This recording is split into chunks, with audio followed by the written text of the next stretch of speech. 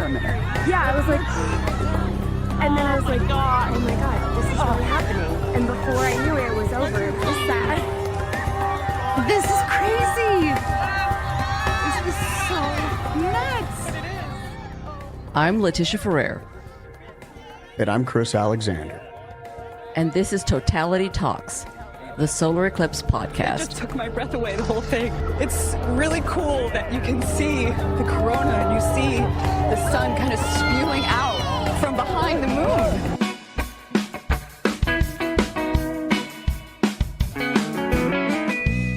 Welcome back to Totality Talks. In this episode, we have New York's own Joe Rao. Letitia has the intro this time, so let's jump right in. Hello, everyone. Welcome to Totality Talks. In this episode, we'll be talking with fellow upper-file and a figure in the astronomical and meteorological communities, veteran weatherman, and a Hayden Planetarium lecturer, Joe Rao. Joe's obsession with the sky began at just 16 years old when he witnessed his first total solar eclipse in July 10th, 1972, from the Gaspé Peninsula in Quebec. Decades later, his passions has only intensified. He has intercepted 14 total solar eclipses around the globe, and he famously chases the sky, having viewed 6 eclipses, is that right, from a plane? Or 5? Five eclipses from a plane. 5. And they were all... I lose count myself. Okay. And they were all by convincing airlines to delay or modify their route, or did you do any of the special eclipse flights? Out of the 5, 2 of them were actually, the progenitor of those 2 eclipses were my late friend, Dr. Glenn Schneider, who was probably one of the great umbrophiles, one of the great eclipse chasers of all time. Yes. He arranged to have a flight up to the North Pole to intercept a solar eclipse in August of 2008. And then we flew over the Faroe Islands in 2015 for another solar eclipse. But the 3 others are eclipses that I was behind the scenes with, coercing or cajoling major airlines to slightly change their itinerary or their route so that we could intercept the moon shadow and see it, total eclipse of the sun. And we were quite successful on those 3 occasions. And I'm sure our listeners would love to hear, how did you do that? Especially, as far back as 1990. A lot of passion went into this. The 1990 eclipse, I really didn't think about intercepting that total eclipse. It was July of 1990. And in late June, the July edition of Sky and Telescope magazine arrived in my mailbox, and there was a small article indicating that if you lived on the western United States, along the West Coast, you would be able to catch the partial stages near sunset of the total eclipse of the sun that started over Helsinki, Finland, would go across northernmost Siberia, and then would swing on down through the Aleutian Islands. And near the end of that totality path, the shadow of the moon would come close enough to the west coast of the United States to allow a bite, if you will, to appear on the setting sun for places like San Francisco and Los Angeles, Seattle. And that was basically what the whole reason to write that little blurb in Sky and Telescope was. It didn't say anything about, hey, here's an idea to try to, see the total eclipse of the sun from an airplane. But this is how my mind worked. I looked at the map. I saw that the end of the totality path was roughly midway between Honolulu and San Francisco. And I said to myself, I wonder if there are any commercial airline flights, either going from San Francisco to Honolulu or from Honolulu to San Francisco, that might be in the vicinity of the moon shadow during the time when the eclipse was reaching totality. At that time, again, this was 1990, the internet, social media was nowhere near as ubiquitous as it is today. No, it wasn't. So in order for me to determine whether or not there were any airlines in the vicinity of the moon shadow for this eclipse, I had to go to my local library where they had a copy of, and I don't even know if it's still being published. Maybe it is. The name of the publication is Your Airline Guide. And it looked like the Manhattan phone directory.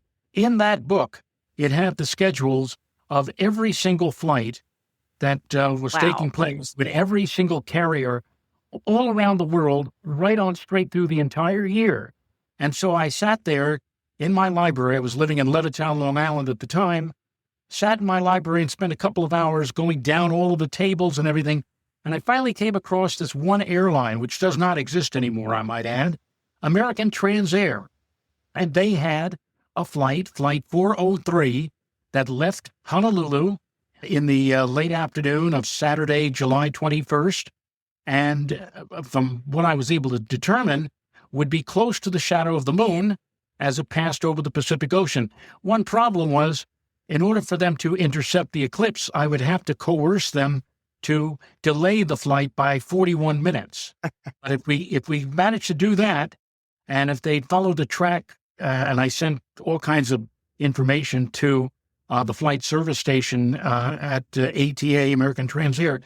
And this is another thing. You have to have somebody on your side. Yes. You have to have somebody who looks at this and says, this might be something. And I was very fortunate to get somebody at flight control who looked at this and said, this is interesting.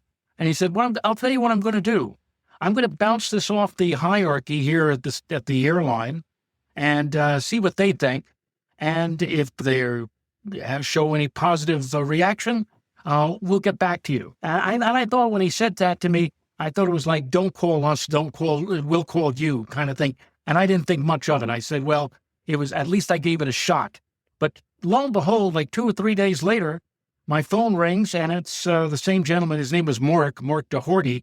And he said, would you be available for a conference call between the president of our airline, the CEO, and some of the executives here? Of course. What am I going to say? No? Of course. Yes. And so the conference call came off as scheduled. And I remember the CEO of American Transair said, all right, tell us why you think it's worthwhile to delay the flight by 41 minutes so that people could see this eclipse. Well, over the next 10 minutes, I just gave a speech about how spectacular this event was and how amazing it would be for the passengers on board to experience this particular event, this sight of sights, a total eclipse of the sun. By the time I was finished, there wasn't a dry eye in the house. And they said, all right, here's what we're going to do. We're going to, and he said, are you planning to be on board this flight? I said, of course I am. I would be definitely on board. He says, all right, you'll be on board. I said my wife was going to be on board. My wife, by the way, was 6 months pregnant at the time with our first child, our son, Joseph. And I also told a couple of other people about this. My best friend and best man at my wedding, Sam Storch, who was also into astronomy and into eclipses, he came on board. And another person was a gentleman by the name of Craig Small, who I think we've talked to. We're trying to get him back. We had a little mess up with that podcast, and so we're trying to get him back to finish the. Yeah, well, Craig jumped at the chance of being on board that flight.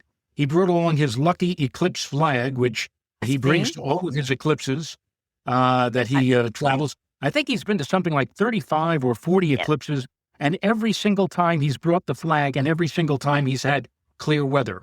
He has never been clouded out of a total eclipse, and he attributes it to his. That's the guy you want to be with. That's the guy we want to be with. We were on a flight for the annular eclipse of 2021, and he came down the aisle after our successful viewing with the flag. So I was with him on the 2003, which was a Glenn Schneider flight for the 2003 over Antarctica. I was on that same flight, and he brought out the flag for that too. Yeah, it was kind of like, I've been with Craig on a few total. The first time I was ever with Craig was in 1979 when we were at a little town called Roy, Montana, for the total solar eclipse of February 26, 1979.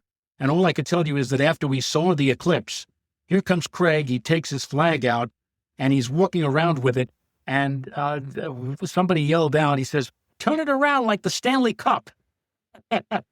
But Craig was on board with Sam and my wife for this eclipse that we saw from American Transair Flight 403 in 1990. And sometimes I kid my son. My son is now 35 years old, and he teaches high school physics. And I often tell him, I said, that was your first total eclipse. And he said, Dad, how could you say that? I wasn't even born yet. I was 3 months away from being born. And I kid him. I said, oh, yeah, that's right. You didn't have a womb with a view. And it comes to that event. But we did see it. And I asked the captain of that flight, the American Transair flight, I said, because the people who came on board that flight had no clue that the flight was going to be delayed by 41 minutes. They just got on board thinking that, oh, we had our wonderful Hawaiian vacation, and now we can fly back to the mainland United States. And that's when the captain came on the loudspeaker, the PA, and said, ladies and gentlemen, we're going to delay this flight by 41 minutes on purpose. And you hear like a groan, like, what's going on here? He said, and now to explain to you why we're doing this, I'd like to introduce to you Mr. Joe Rao, an astronomer at the Hayden Planetarium in New York. And I had the mic and staring down, like 300 passengers looking at me, some of them somewhat annoyed, like, what the heck's going on here? Why? Good. Yeah. And I explained to them why we were doing this, why we were delaying the flight, why it was important to do that. And after I finished my little conversation and my little explanation, and by the way, Sam and Craig, my wife and I, we had distributed to all the passengers a flyer before the takeoff of why we were doing this and what the eclipse was all about. We also spent a weekend, we cut up a space blanket, those wraparound mylar blankets. We cut up a space blanket and mounted them in 35 millimeter slides. And we distributed these filters, which we told passengers they would be able to watch the partial phases using these special solar filters that we had designed and cut up from this space blanket. And after I'd finished telling everybody why we were doing this, and by the way, I asked the captain, I said, so how are you going to kill off 41 minutes? He said, I'm going to give everybody a wonderful view of the Honolulu airport. And he got on the runway and he just slowly went all the way around. And we got a view of the airport from all different angles, killing off time until it was time for us to lift off, wheels up, and head out to intercept the total eclipse. And he also mentioned on the flight, he said, we have an action-packed evening for you on this flight. We have two Oscar-winning movies, and we also have right in the middle in between a total eclipse of the sun. They led off with Driving Miss Daisy, and then after the movie was over, came the total eclipse, and then after the total eclipse was over, we had another Oscar-winning movie, My Left Foot. So we were conveniently able to squeeze the eclipse in between the two onboard movies for this special event. That's great. I did have to cringe though when you said we'll use the mylar port, because that's a no-no now. Well, we checked every single, and we back in the day. It was back in the day. Back in the day, there was a gentleman by the name of Roger Tuthill, who was an entrepreneur, and he made the discovery that mylar thoroughly reduced the infrared and ultraviolet radiations of the sun. And so he sold mylar, and he called it solar screen. And so I know that there are places where you could still get mylar filtration for solar eclipses. The thing is now they have to be certified to use. These, I must tell you, were not certified, but we did test. They were safe. We did test every single one of them, looking and staring and say, okay, this one looks good. This one looks good. And if there were any creases or scratches or pinholes, obviously we tossed them away or whatever. But we did distribute the mylar filters, the flyers. And I got to tell you, a lot of people were annoyed with us, with Craig and Sam and my wife and because we're trying to watch the eclipse through our windows. And of course, to do that, we had to have the shades up. Everybody else put the shades down because they were watching the end of Driving Miss Daisy. And so when you open the shades, the light would fall on the screen, and people were saying, like, what are they doing? But when the movie thankfully ended about 5 minutes before totality, then everybody opened their windows and shades and used the filters and were able to look at the waning crescent of the moon, which ultimately disappeared into a total solar eclipse.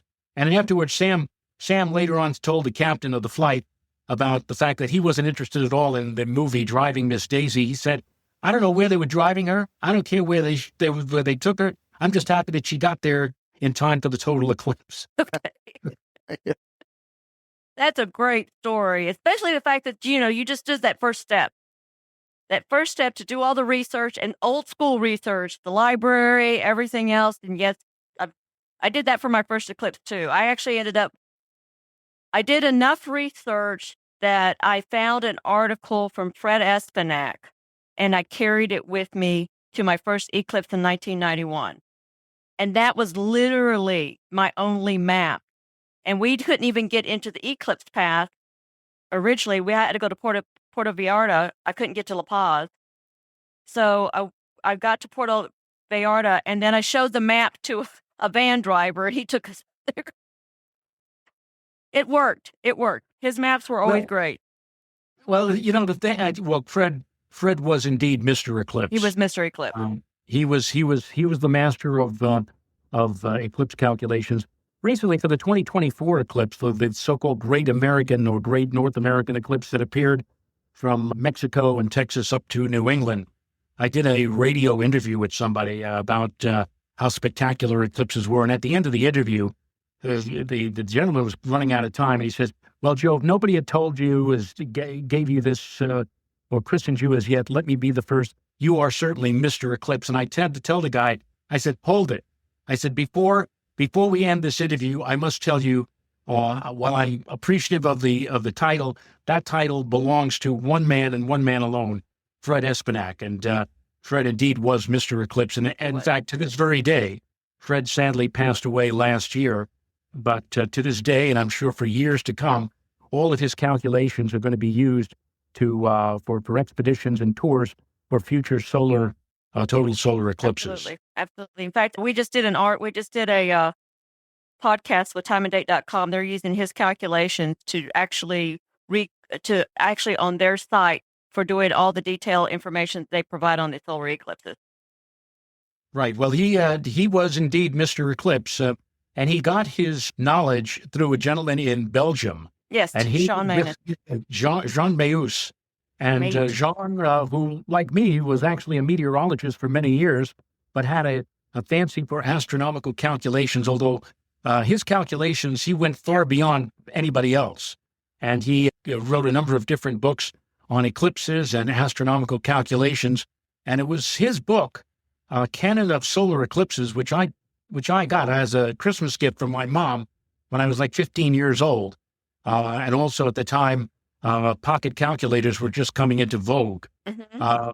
And the same thing happened with Fred. Fred, got involved with those calculations, got to know Jean on a one-to-one personal basis, and actually co-wrote several books on eclipses.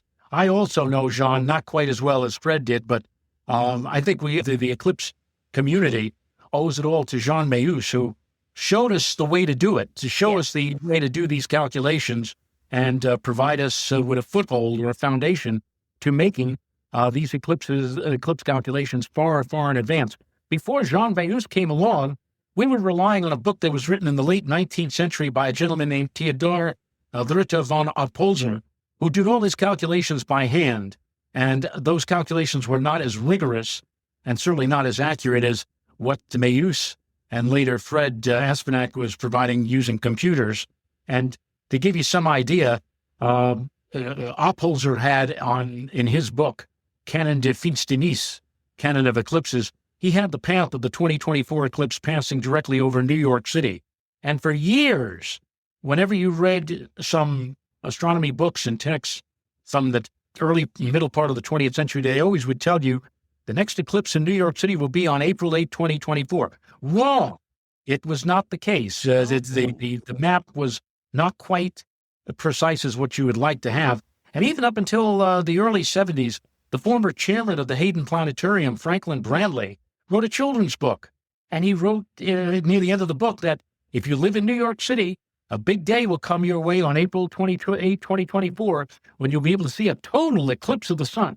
And it was wrong. He was totally wrong. And we needed Jean Meeus and later, of course, Fred Espenak and others to do the correct calculations and to demonstrate that that eclipse would not be visible as a total from New York, but was visible as a total from Buffalo and Rochester and far upstate New York, like Plattsburgh, which is where I ended up seeing that particular eclipse in 2024. And you had clear skies? Because we were touch and go down here in Texas. The morning of the eclipse, there were a bunch of people who knew who I was and knew that I was on top of the weather. And I announced at the hotel, I said, 100% overcast. And everybody went, what? Well, what are we going to do? And I held up my arms and I said, 100% overcast, but it's going to be high, thin clouds at 28,000 feet. Don't worry, you'll see the eclipse. And in fact, if anything, the eclipse it accentuated the shadow of the moon. We were able to actually watch the shadow falling on those high clouds approaching us from the south and west, and then covered us, and we saw totality. The outer corona, well, we lost some of that because of the high altitude cloud cover, but we still got at a chance of seeing a wonderful total eclipse. 3.5 minutes of totality from upstate New York. And, you're right. I had for years, I said to myself, well, where am I going to be on April 8, 2024? Will I be in Dallas, Texas? Will I be in Little Rock, Arkansas? Maybe I'll be somewhere in the Midwest, Indianapolis, Indiana, perhaps. But no, it ended up being Plattsburgh, New York, which was great because I was able to drive from my house in Putnam Valley. I live in Putnam County, New York. So I was able to drive up Interstate 87 and go all the way up to Plattsburgh, see the eclipse, and then after we saw the eclipse, we drive all the way back down again. So I was actually able to do the eclipse from my house, which, I'm probably the only one I'm ever going to be able partial. to. You got to see the partial part of it from back. Were you back in time to see the last of the partial from your house? From my house? You saw the total for Plattsburgh, but did you get back in time to your house to see the partial? No, because you see the eclipse up in Plattsburgh, everybody knew that Plattsburgh was in the path of totality, and so the hotel, for example, that we were staying at, I made reservations more than a year in advance. Oh, you were there. And I got the standard rate of like $140 a night for my room. But once the people at the hotel found out what was going to happen in Plattsburgh, and as the number of people asking for reservations for that day increased, I think the last rate that they were offering for a room at that hotel was $500 or $600 for a single night. And right after totality was over, we had set up at the SUNY College in Plattsburgh. Once the eclipse was over, totality had ended. Somebody, like a state trooper came along and said, well, I guess you guys are going to be stuck and you'll have to, spend the night here. Well, why? Why? He said, well, I-87 is jammed already. The people who are trying to get home from the eclipse, it was. Whereas it took maybe, I'd say about 3.5 hours to drive up to Plattsburgh for the eclipse. It took us 9 hours to get home. Yeah. Because the roads were that jammed up from all the people who had converged on Plattsburgh and upstate New York, other places like Lake Placid too. Everybody was all coming down. We actually, for the first part of our trip, we stayed away from I-87 and we took smaller side routes. And it was very funny because here we are, we're taking like side streets or whatever. And there were people who were living on those streets, communities or whatever like that, who were waving at us and saying, hey, we saw the eclipse. And, this is probably the biggest event that had ever taken place up in that area in recent years and for many years. And don't forget, for the weeks leading up to the eclipse, our Governor Hochul, had the electronic highway signs lit up, telling everybody and alerting everybody, solar eclipse April 8th, get there early, stay late, because they knew that the roadways every which way were going to be jammed with people who wanted to see the total eclipse. Yeah, the traffic is always bad on the days after. I usually stay the night of. After the eclipse, I usually stay over and let the traffic die down and then go to the next day. But even then, it could be still, other people do the same. It's because like the 2017 eclipse, we wanted to do some sightseeing in Oregon. It took us a long time to get to where we needed to go. But what's really interesting. And that's something that didn't happen in the earlier years, in the 1960s and 70s, that there was a total eclipse of the sun over a part of the United States. You could make your reservations at a hotel, let's say a couple of days in advance, or you could drive up and have no problem in running into traffic problems because it's simply nobody really was into it back in those days. It's not the way it is now with social media urging you, telling you must go see this event, and that's why within a matter of months, or about a year beforehand, all the hotel reservations are gone. And on the day of the event, day before, the day after, the roads are so jam-packed with people. But that didn't happen. My first eclipse in 1972, my grandfather had driven me and my grandmother and my mom and my sister. We took a trip up to the Gaspé Peninsula of southeastern Quebec. And we left on a Saturday afternoon. We drove up I-87, no problems there. We stopped on the Saturday night, the 8th of July, in Montreal. The next day, we left Montreal and we traveled up to Quebec City. Again, no problems. And on the morning of the eclipse, July the 10th, we got into our car. It was becoming heavily overcast over Quebec City. My grandfather looked up at the sky and said, "It's looked bad. We may not be able to see it at all." But we drove out from underneath the clouds to see the eclipse in Cap Chat, which was on the Gaspé Peninsula. And as we're driving up toward Cap Chat from Quebec City, there was nobody on the roads. The roads were absolutely empty for much of the trip. My grandmother nudged me and kiddingly said, "Are you sure this is the right day for the eclipse?" But it was interesting, once we crossed over into the path of totality, which was about 130 miles wide, once we moved into the edge of totality, we saw a guy on the road, and he had his telescope set up on the side of the road. And my grandfather honked his horn. We gave him the thumbs up. And as we got further and further along, deeper and deeper into the total eclipse track, more and more people started appearing on each side of the road. And when we got to Cap Chat, forget about it. Cap Chat was a town of about, back then, 2,000 people. There were about 25,000 people who had come to Cap Chat to see the total eclipse of the sun. And my best way of describing Cap Chat to you is if you've ever watched the Andy Griffith Show and saw the fictional town of Mayberry, North Carolina. Cap Chat was Mayberry, North Carolina. Everything was in French, though. But if you can imagine a total eclipse of the sun coming to Mayberry, that was what it was like going to Cap Chat, although everybody was talking in French, and that was it. But we, fortunately, I made a hotel reservation at the Hotel Minuet, one of the last hotels that were offering rooms, and it was this little hole in the wall in downtown Cap Chat. And when my grandmother got a chance to see the room and also found out that in order to go to the bathroom, she'd have to share the bathroom with like 6 other people who were on the same floor. The bathroom were down the hall. Yep. From my grandfather, there ain't no way that we're staying here. And so after totality and after the eclipse was over, we all got back in our car, in the car, and we traveled back to Quebec City, which was like 4 or 5. So think about this. My grandfather drove like 4 or 5 hours from Quebec City up to the Gaspé Peninsula to see the total eclipse. We spent a few hours up there, and then we turned around and we went back to Quebec City instead of spending the night at the local hotel in Cap Chat. That's a long drive.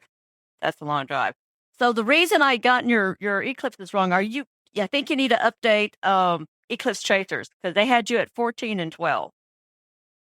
The eclipse chasing list. Yeah. I think Bill Kramer is involved. Yeah, I haven't had a chance really. And I got to tell you, I never, in my wildest dreams, back in 1973, a couple of months before the big eclipse that occurred over Africa, June 30th, 1973, which I did not see. I was actually in Spain for that one, so I saw a small partial eclipse. But a few months before that, at the Hayden Planetarium, they had a special gathering of eclipse chasers, all the people who were going to be on the Canberra, at that time one of the biggest cruise ships in the world that was parked off of Africa for that particular eclipse. And so at that eclipse, the then chairman or head of the Hayden Planetarium, his name was Mark Chartrand, commented during that gathering, that get-together, that in the audience there was Dr. Charles Smiley of Brown University, and he was going to attempt to see with that upcoming eclipse, that long eclipse on the Canberra. They had like 5.5 minutes of totality. He was attempting to push his total eclipse viewing time to 30 minutes. He had seen something like 12 or 13 total eclipses, and he passed away with 14 under his belt. And I was sitting next to Glenn Schneider, who I just met Glenn some weeks before him. Okay. We were volunteers at that time at the Hall of Science. And when we found out that we each had the same passion for eclipses, that's when we really got to know each other and everything else.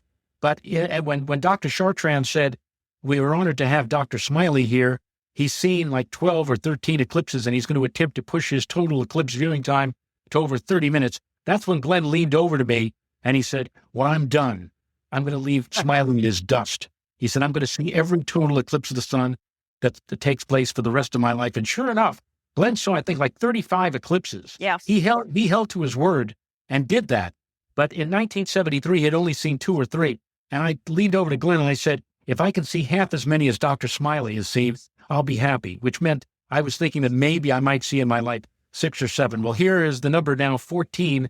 Yeah. I just recently passed Dr. Smiley by going over 30 minutes myself and seeing Good. totality. I have basked in the shadow of the moon for over 30 minutes now.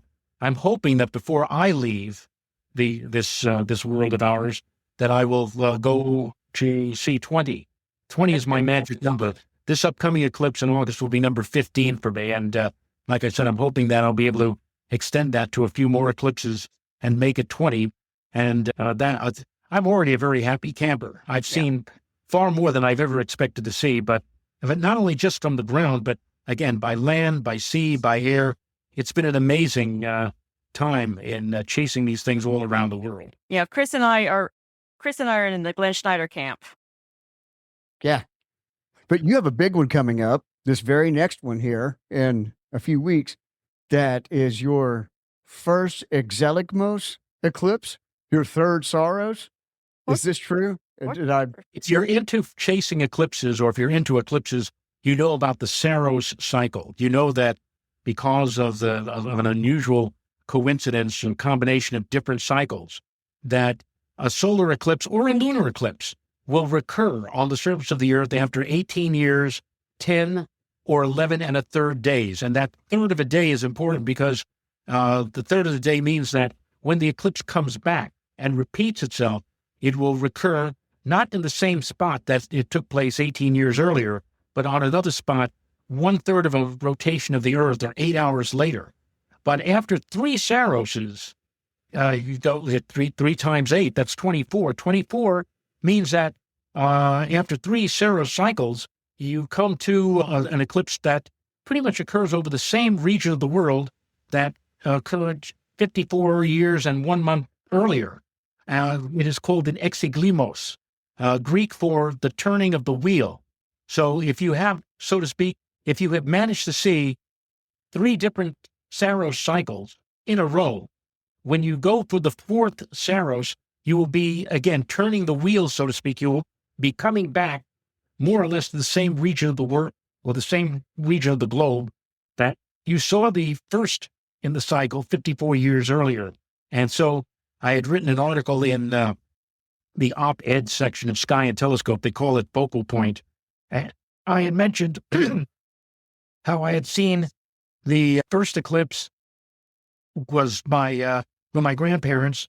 That was in 1972. That belonged to Saros cycle 126. When 126 returned in 1990, I saw the one from American Transair, the one over the Pacific Ocean. That one, okay. In 2008, I saw another member of Saros 126. That one was one that Glenn Schneider had organized on a flight from Dusseldorf, Germany, up to the North Pole. And on our way up to the North Pole, we managed to intercept a total eclipse of the sun, which lasted about almost 3 minutes. And so that was, again, another member of the same Saros cycle, 126. So now, 18 years after that, from 2008 now, here we are in 2026. And so now I'm going to see the last in the cycle of Saros eclipses belonging to cycle 126. And so I will have turned the wheel, so to speak, and completed the entire triple Saros cycle, the exeligmos, as it's called, and will have seen eclipses belonging to this one particular cycle of solar eclipses. And it's interesting, there have been people who have seen far more eclipses than I have, but to be able to string together eclipses that belong to the same family or the same cycle, that's a very difficult and daunting thing to do. But I'll be able to do it. Glenn would have done it, certainly. And sadly, as I said, he passed away last year. So as I said in the finishing out the op-ed piece. I will be in 2026 in August. We'll be in the Balearic Sea observing that eclipse 26 for me and turning the wheel also for Glenn. And then, Nice. and in the Hang on. spirit of Glenn's flight, our friend that introduced us, John Beatty, actually has a flight out of Reykjavik to see this eclipse over Iceland. Yeah, John is very big into these eclipses. And in fact, when Craig Small was celebrating, I think, his 70th birthday party, it was a surprise birthday party at a restaurant. I was there. My wife was there because we had known Craig for many, many years. And also they invited John Beatty. And John, this shows you what kind of, umbraphile John was. John Beatty bought all of these maps and charts of the upcoming, it was only going to be a couple of months ahead of Craig's birthday, the 2017 eclipse.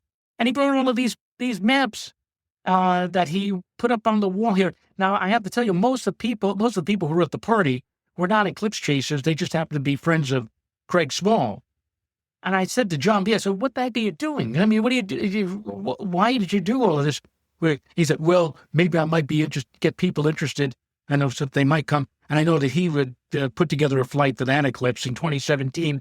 And so he was looking for people to convince or coerce to come on board for that eclipse with him. But it just goes to show you that he's really, one of these people that really is, I guess he lives by the map, so to speak, eclipse maps. And I knew he was going to try to fly out to see this eclipse coming up in 2024. That's his thing. He's into air flying now. I think he was clouded out of the 1991 eclipse in Mexico, the long eclipse. Hawaii. In Hawaii? Yeah, I think Hawaii. Mexico got to see it, Hawaii didn't. Yeah. Well, I think he was in Mexico, though, and he happened to, there was one particular area of Mexico that he went to that, believe it or not, had cloud cover. Oh, and, wow. you'll have to ask him about that, but I'm pretty sure it was Mexico Ask him. that he missed out on. Yeah, Hawaii got clouded out for the most part of the 91 eclipse, but ever since then, he's gone for the airborne flights, which pretty much places you above the clouds and pretty much guarantees you that you're going to see totality. Yeah. Well, we're going to Chris and I are both going to Spain on different tours, but and we have the big risk of getting clouded out. But we're going on land. I'm taking friends and family with me this time. Well, I know that there are people. There are some cruises that are leaving from Reykjavik, and they're planning to go up to Greenland. They're planning to go to a place called Solesby Sund, or Sound, which is a fjord that apparently receives cold winds that blow. We call them catabatic winds that blow down from the ice cap on Greenland. They're cold, they're dry, and they tend to be clear. And the hope is that people who go to that particular region of Greenland, the wind will be blowing and will allow to break or open up any cloud cover that's in the area and allow for a view of the total eclipse of the sun from Greenland. Greenland otherwise doesn't have, and neither does Iceland, very good chances for totality. Right. The best weather prospects are for Spain, but unfortunately, the drawback for Spain and the drawback for the ship that I'm going to be on, the Le Boreal of the Ponant cruise lines, is that the sun is going to be exceedingly low to the horizon. Very low. And so all you need is one cloud near the horizon, and you'll get screwed by not seeing totality. So we're hoping that that's going to be not the case. We're hoping that we will have clear weather. I've done a little bit of research and found that in between the years 2021 and 2025, at 8 o'clock in the evening local time, that there have been a number of cases. About 50% of them have been clear. 50% have, about 40% have been clouded over, and 10%, depending upon where the ship was and where the cloud was, you either saw it or you didn't see it. Yeah. So it's going to be highly dependent upon what's looming near the horizon when totality occurs in 2026 for us. But hopefully we will get a break and we will have a chance of seeing totality. You will have a good time. on the Le Boreal Ponant. It's a beautiful ship. Letitia and I went on it in 21 for the Antarctic eclipse, and we got clouded out. But the cruise itself was lovely, and the boat was lovely. Well, that's interesting because I was on a 2021 eclipse, and it was not the Le Boreal. I think it was La Choteau. Darn it, I don't remember the name of the ship. But we were clouded out of that 2021 eclipse. And I have to tell you that I was offered the chance to go on that cruise and be a lecturer a few months earlier. Ponant came to me and they said, you've been, actually they didn't come.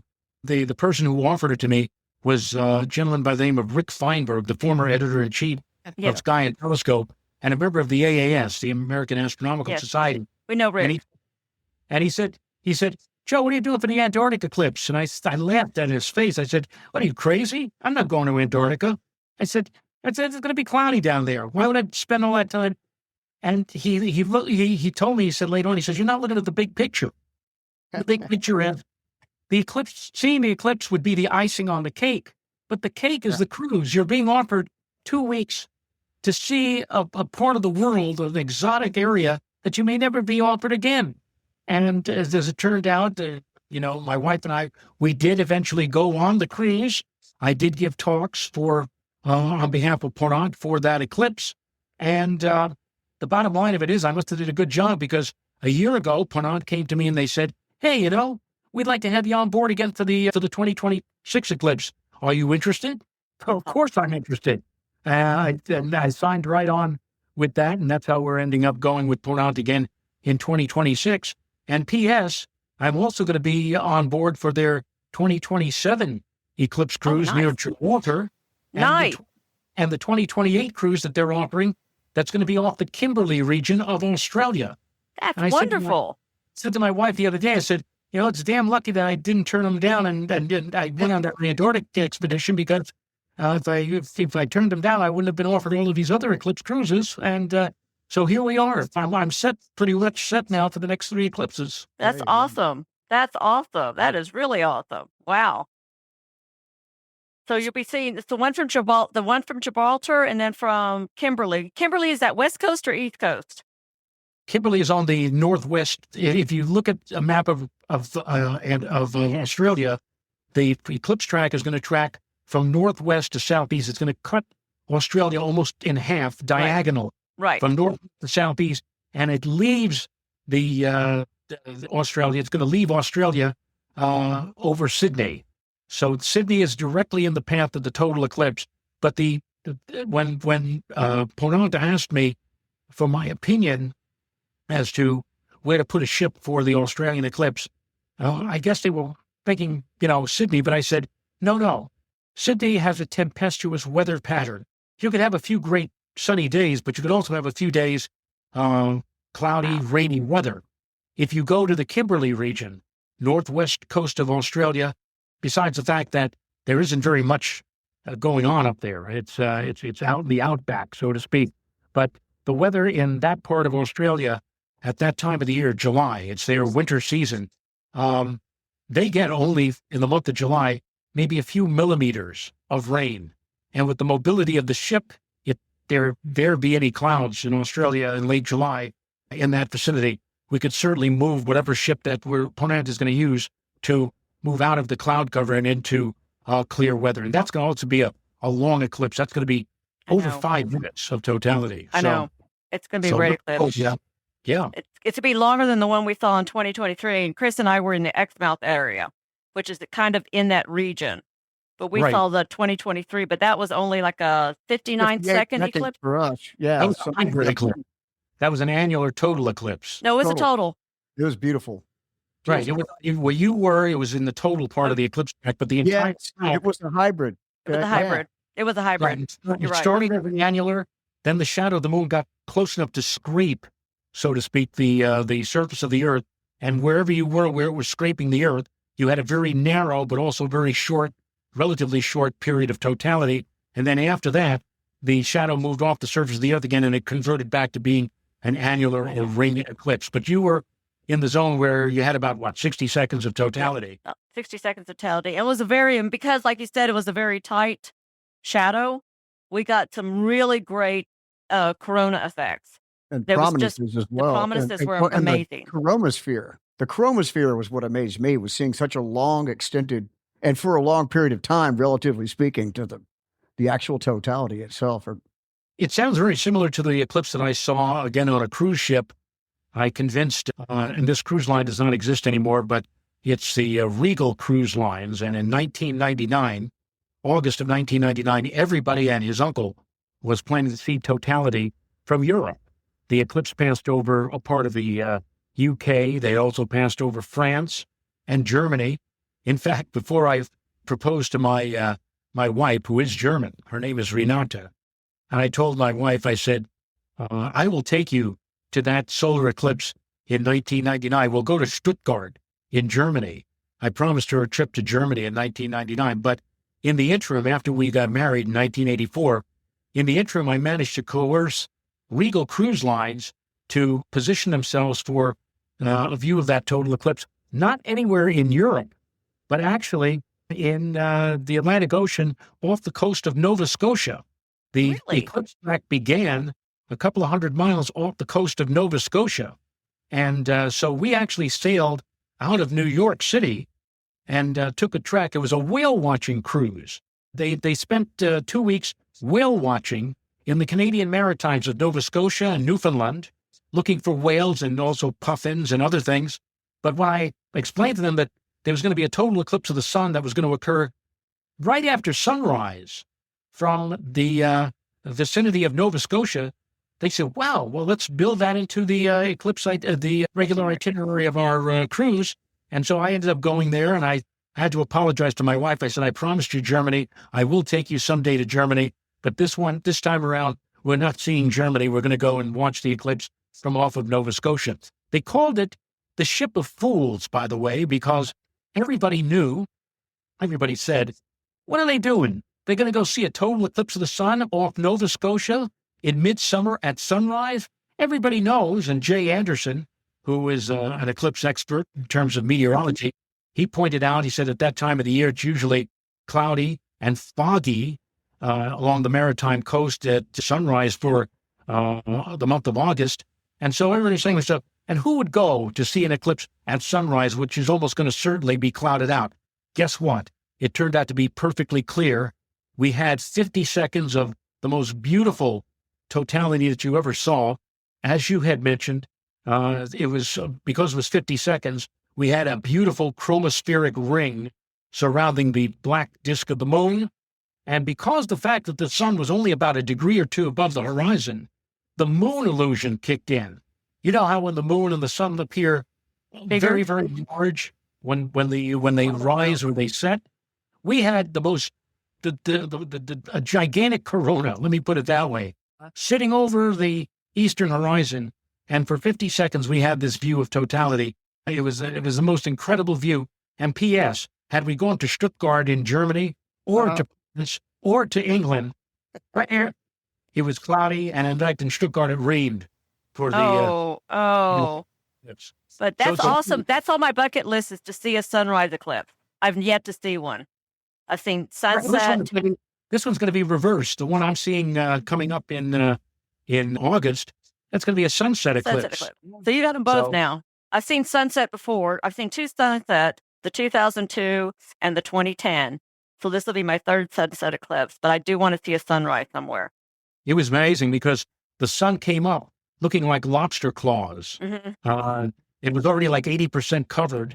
Wow. And so we had this crescent sun coming up, which thinned out. And then again, some minutes after sunrise came the moment of totality, and boom, came this amazing view of the total solar eclipse. I remember right after the eclipse was over, the captain of the ship, his name was Captain Schwab.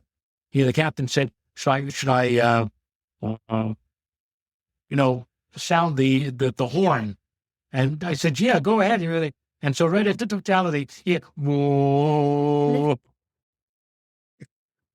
So do you get the same effect that you get at sunset where the shadow kind of comes across the sky? Yeah, I said with that eclipse, the sunrise eclipse, it appeared to me like I was looking inside of a corridor of darkness. Yeah. And that the shadow sweeps in, from right to left. And so it sweeps in, and as soon as the entire sun is within that bar of darkness, you have totality. And then during the middle part of totality, I'm looking at the sun. Here's the totally eclipsed sun. Here's this corner of darkness, and to my right and to my left, outside of the shadow, you see, it's light, and you see sunrise or sunset colors. So it's very interesting. During totality of a sunrise or a sunset eclipse, you're looking more or less right down the axis of the shadow of the moon, and so that's why you get this unusual effect that you don't often get if you see an eclipse where the sun is high in the sky. You get this weird effect of again this corridor of darkness instead of the usual effect of the shadow just sweeping over you and covering your entire area. During a regular, or when the sun is high in the sky, you can almost see the ellipse covering the entire sky of the shadow. But during a sunrise or sunset eclipse, again, you're looking straight down the axis of the shadow, and so you're looking at the sun inside of this corridor of darkness with light on both sides instead. Yeah, I love that effect. Wow. I have one more question for you. We're getting close to time here, and I want to make sure I keep you on track. What do you recommend to others about if they've never seen, if this is their first solar eclipse or maybe their second, what do you recommend to others about chasing them? You chase them. You of course find out where the eclipse is going to take place. I presume if you go on your own, you'll be looking at most likely online maps that have been created by, again, our late great friend Fred Espenak. If you're going with a tour, everything will be pretty much provided for you in advance. The one thing that I would suggest, if this is your very first eclipse, do not, I repeat, do not attempt to photograph it. What you ought to do is you should just absorb the entire event. Don't get yourself. The one thing I really did not like to see during the most recent eclipse in 2024, and I saw several videos of that eclipse, and during the moment when the sun was in totality, all of a sudden you see this group of people taking their phones and holding it up to the sun, and now they're looking at totality, the entire 2 or 3 or 4 minutes of totality through that little tiny screen on their phone. They weren't looking at anything else. They weren't looking around and looking at the changing sky colors around the horizon or the stars and planets that popped into view. All they did was just look at the eclipse through their phone. I mean, that's not the way to do it. If you want to really appreciate it for the first time, I guarantee you there will be pictures in the aftermath taken by others, veteran eclipse watchers who are probably taking eclipse photos using automatic devices and cameras, and the shutters going off on its own. But take full advantage of your first eclipse by just looking around, observing, looking at all of the amazing sights that were occurring, and especially so if you have binoculars. Take a look at that corona through binoculars or with a small wide-angle telescope so that you can see the beautiful effects of the corona and the prominences. One of my eclipse mentors, a gentleman by the name of Fred Hess, who for many years was a lecturer at the Hayden Planetarium and himself observed many total eclipses. He would describe the corona as a great crown, a halo, the corona of the sun that becomes visible, streaming outward, he would say, ragged at the edge, streaks running through it. And when the corona first forms, you might see that flash of light as the last ray of sunlight sweeps past the rugged, rough edge of the moon, creating a diamond ring in the sky. All of these effects are completely gone by the wayside if you're going to spend all of that time looking at your little tiny screen on your phone. Don't do that. If you're going to see your first total eclipse, take advantage, absorb the eclipse, look around, use those binoculars, use that telescope. I know a friend, a long-time friend who also sadly passed away a few years ago. He was probably known as the Carl Sagan of Canada, Terence Dickinson. Terry Dickinson, in 1979, went to see his first total eclipse. He planned to photograph it through his big telescope. But as soon as totality hit and he saw what was in the sky, he said, I knew immediately I would never be able to photograph this. And he wrenched the camera off the telescope slipped in a wide-angle eyepiece, and spent that entire 2.5 minutes absorbing and looking at totality through his telescope, drinking up the wonders and glories of the total solar eclipse. So again, if you're going to your first view of an eclipse, there'll be other eclipses, I'm sure. But if it's your first one, take full advantage of it and just see it the way it's meant to be seen in its full glory with your own two eyes. And again, all of the accompanying phenomena that lead up to it and lead out of it, like the shadow bands, the stars, the planets, the moving shadows that's passing across the sky. All of these things are things that, if you don't see another total eclipse, are things that you may never get a chance to see again. And I agree with you. I'm still, after 21, I'm up to 21 now. And after 21 eclipses, my husband will bring a camera and he's welcome to it, but I'll put a camera down, I'll shove it in the ground, put it on a stand, hit record, and just let it go. And then just enjoy the eclipse. That's it. And that's after 21. That's all I want to do is experience, because it's just such a magical moment for me. It never gets old. And somebody once said to me, he said, I've seen eclipses of all different durations, short eclipses, very long eclipses. You know what? He said, every single eclipse I've seen lasted all of 8 seconds. Because that's how only an 8 seconds of totality. Where did it go? I usually say 30. I do give it 30 seconds. I'll say 30. I tell you what, and the weird thing about eclipses, and I'm sure you've seen having 21 or how many that you've seen, the first 20 or 30 seconds, people scream their heads off. They scream their heads off for the first 20 or 30 seconds, and then everything becomes silent.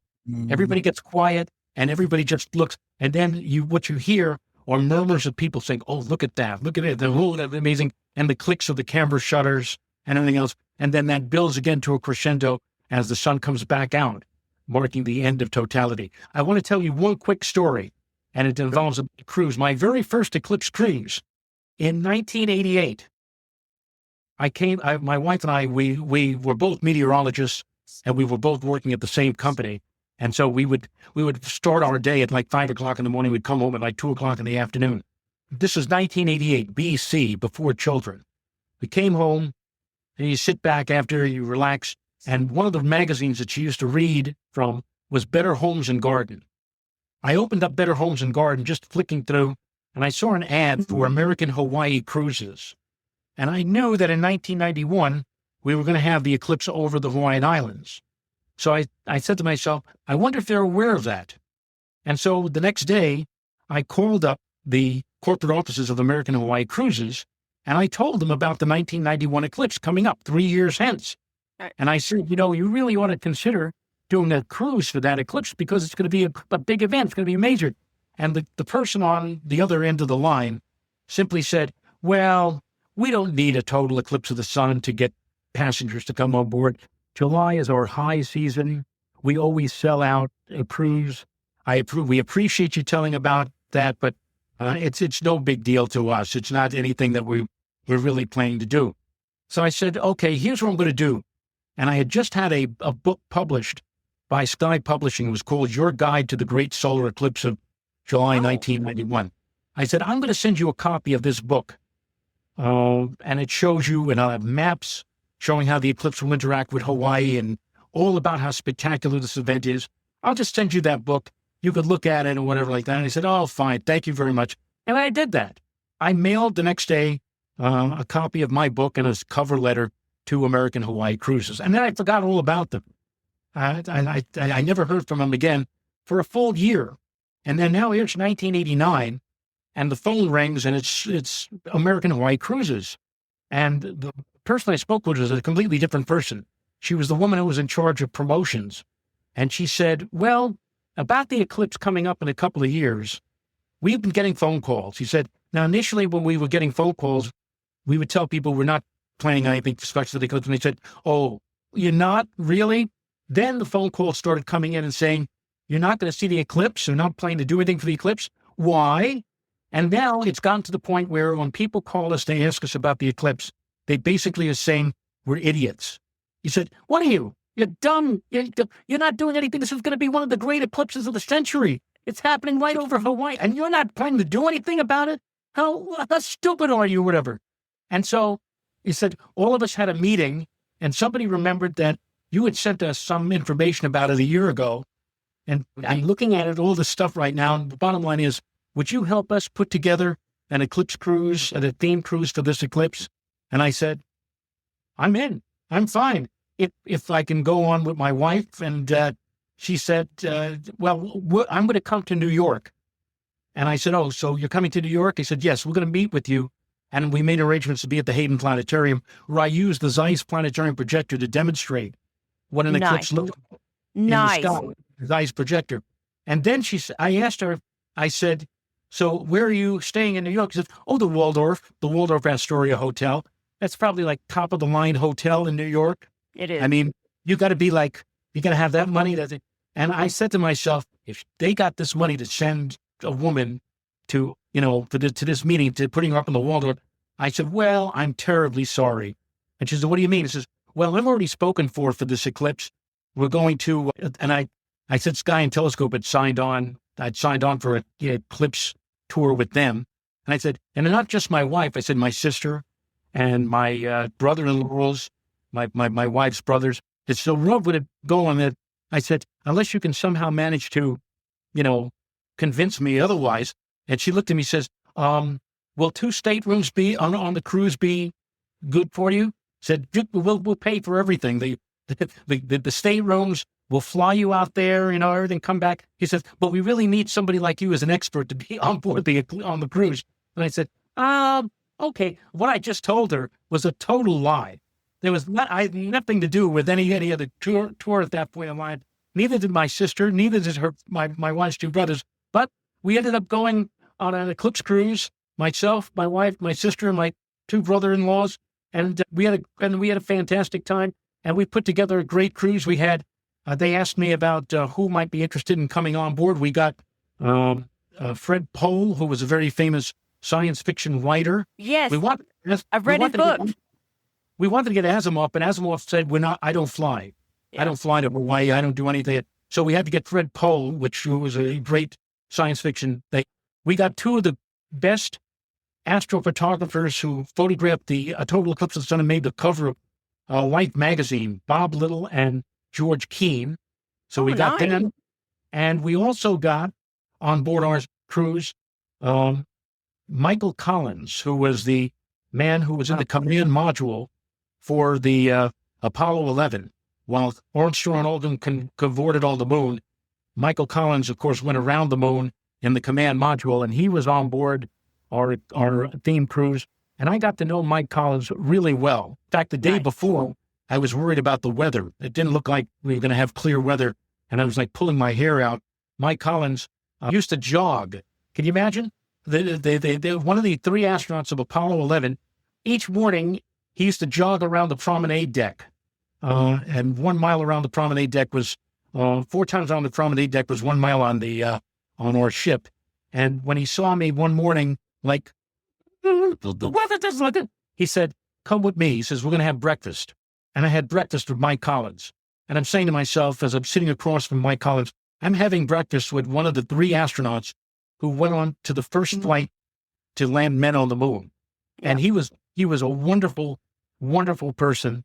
And aside from the eclipse itself, the highlight of my being on board that eclipse cruise was being with the astronaut on board Apollo 11. And it wouldn't have happened. None of that would have happened if I hadn't decided to call up American Hawaii Cruises after seeing an ad in Better Homes in Gargi 3 years earlier. So it just goes to show you what you could do. I've written letters to, airlines, and I've gotten, things have happened from that. I called up, cruise lines and got stuff. And I underscore the fact that you can do anything if you set your mind to it. And if you're a good salesman, and if you have that passion. One of the people on board Alaska Airlines was interviewed by somebody from the news media. Why did you go ahead and do this flight, the Divergent flight, to see a total eclipse? And the gentleman said, it was because of Joe Rao. He said, Joe Rao, he had the passion just spilled out all over from him and onto us. And when he spoke about how impressive the eclipse was, we got excited about it too. And that's why we ended up doing what we did with our flight. So don't, if you think that you might be able to change minds and get cruise lines and airlines to change their courses so you can see a total eclipse, go ahead and try it. You never know what's going to happen.